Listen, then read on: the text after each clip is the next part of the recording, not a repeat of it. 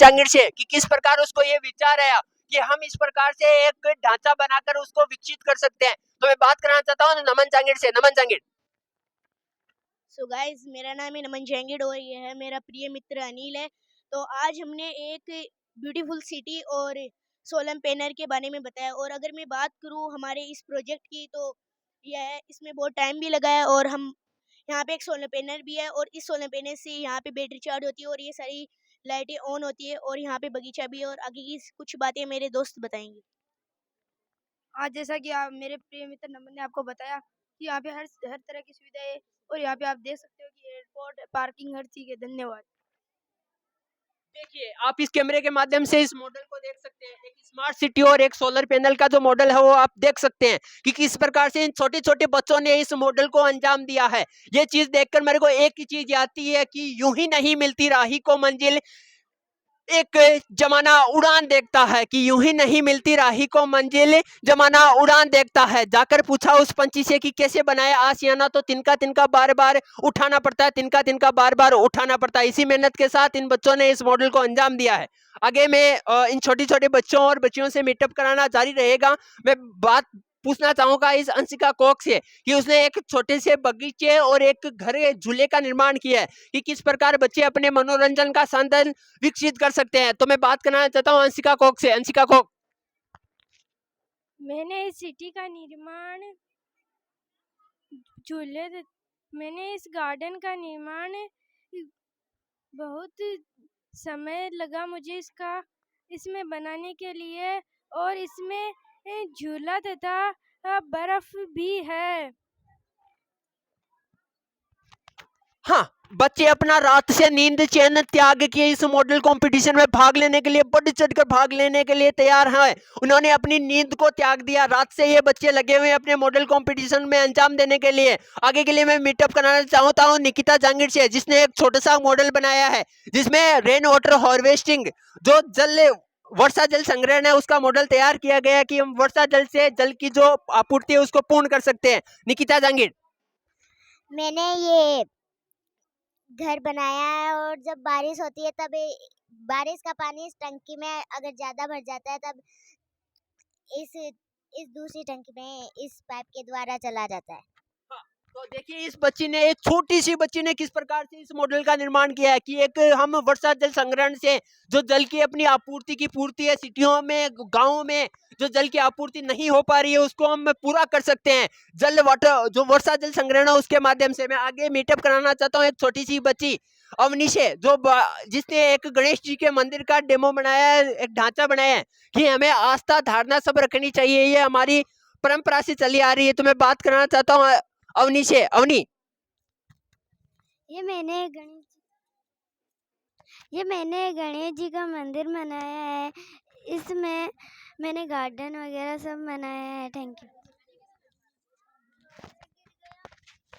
आगे के रूप में मैं दिखाना चाहता हूँ एक आस्था शर्मा और बाकी उसके सहपाठियों ने किस प्रकार से एक जो जल संग्रहण है, जो जल को प्यूरिफाई करते हैं अकॉर्डिंग टू साइंटिफिक रीजन, कि जो आप जो धुंधला पानी है उसको किस प्रकार से आप शुद्ध कर सकते हैं, इसका ढांचा निर्माण किया है इन बच्चियों ने। ये बताएंगे किस प्रकार से ये पानी शुद्ध होगा। एक पत्थर के माध्यम से, बजरी के माध्यम से आप पानी को शुद्ध कर सकते हैं किस प्रकार से। आस्था शर्मा। सो हेलो गाइज, मैंने एक जल शुद्धिकरण का मॉडल बनाया है। तो आप उससे समझ सकते हैं कि यहाँ पे जब बारिश होती है तो कंकड़ पत्थर ज़्यादा होते हैं ऊपर और उसकी वजह से पानी अशुद्ध होता है। और फिर थोड़ा नीचे आता है तो कंकड़ पत्थर कम होते हैं, उसकी वजह से पानी थोड़ा शुद्ध हो जाता है। फिर जब पूरा नीचे आता है तो पानी पूरी तरह से शुद्ध हो सकता है और हम उसको है ना घर में और पीने में यूज़ ले सकते हैं। So thanks. देखिए इस धुंधले और आपके गुदले हुए पानी को किस प्रकार से बच्चों ने शुद्धिकरण का तरीका बताया है कि किस प्रकार से हम एक प्योरीफाई वाटर जो आपके एक आरओ नहीं कर सकता उसको इन बच्चों ने केवल एक अपनी हस्तकला के माध्यम से शुद्ध करने का बताया है। आगे के मैं बच्चों से मिलाना चाहूंगा जिन्होंने एक एवीएम एजुकेशनल इंस्टीट्यूट का ढांचा तैयार किया है कि किस प्रकार से एक एजुकेशनल इंस्टीट्यूट होना चाहिए और उन्होंने बनाया एक ढांचा दिया। मैं मिलाना चाहता हूँ योगेश गोदारा से, जिसने इस ढांचे का निर्माण किया है। योगेश गोदारा। चलो गाइस, आज मैंने एक स्कूल बनाया है जिसमें विद्यार्थी पढ़ते हैं, वह शिक्षित होते हैं, वह आगे बढ़ के कुछ नौकरी करते हैं।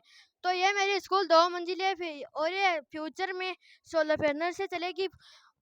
इसका पूरा सिस्टम सोलर पैनल से चलेगा और इसमें पढ़ाई भी अच्छी होगी और हमारी जीवन के लिए स्कूल भी अच्छी है और जिसमें गुरु हमें पढ़ाते हैं और हम आगे चलकर कुछ काम कर सकते हैं। Thank you.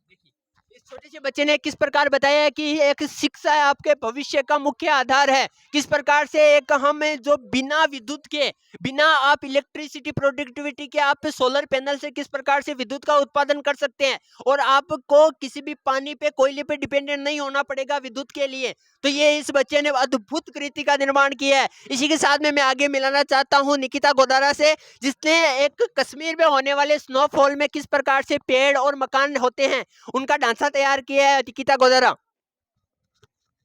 So as you all know this is me Nikita and अब मैं आपको बताना चाहती हूँ कि कश्मीर में और कहाँ भी जहाँ भी बर्फ़ पड़ती है वहाँ कैसे बनाए जाते हैं। तो जैसा कि आप देख सकते हैं यहाँ पे ये पेड़ है जो थोड़ी तिरछे बनाए जाते हैं क्योंकि जो बर्फ़ है वो ऊपर ना रहे, वो नीचे आ जाए। और जैसा कि आप घर का भी चित्र देख सकते हैं यहाँ, वो भी ऐसे तिरछी स्टाइल में बनाया जाता है ताकि सारी बर्फ़ नीचे आ जाए। Thank you. देखिए बच्चों ने किस प्रकार से बताया है कि आप जो कश्मीर में हैं जो बर्फ के घर बना सकते हैं, लेकिन आप उनके पेड़ों के ढांचे हैं, मकान के ढांचे उस प्रकार से होने चाहिए ताकि आपकी जो ऊपर गिरने वाली हल्की हल्की बर्फ है वो खिसक सके ना, अन्यथा आपके इस यदि समतल मकान होंगे तो वो बर्फ आपके मकानों के ऊपर टिक सकती है और आपके मकानों को नुकसान हो सकता है। आगे के रूप में मैं मिलाना चाहूंगा एक अद्भुत मॉडल से जिसका नाम है चंद्रयान-4। इस बच्चे ने भारत के भविष्य को देखा है। इस बच्चे में मेरे को भारत का भविष्य दिखता है, इंडियन स्पेस रिसर्च ऑर्गेनाइजेशन का भविष्य दिखता है। मैं मिलाना चाहता हूँ हितेश गोस्वामी से, जिसने अद्भुत कृति का निर्माण किया है चंद्रयान-4।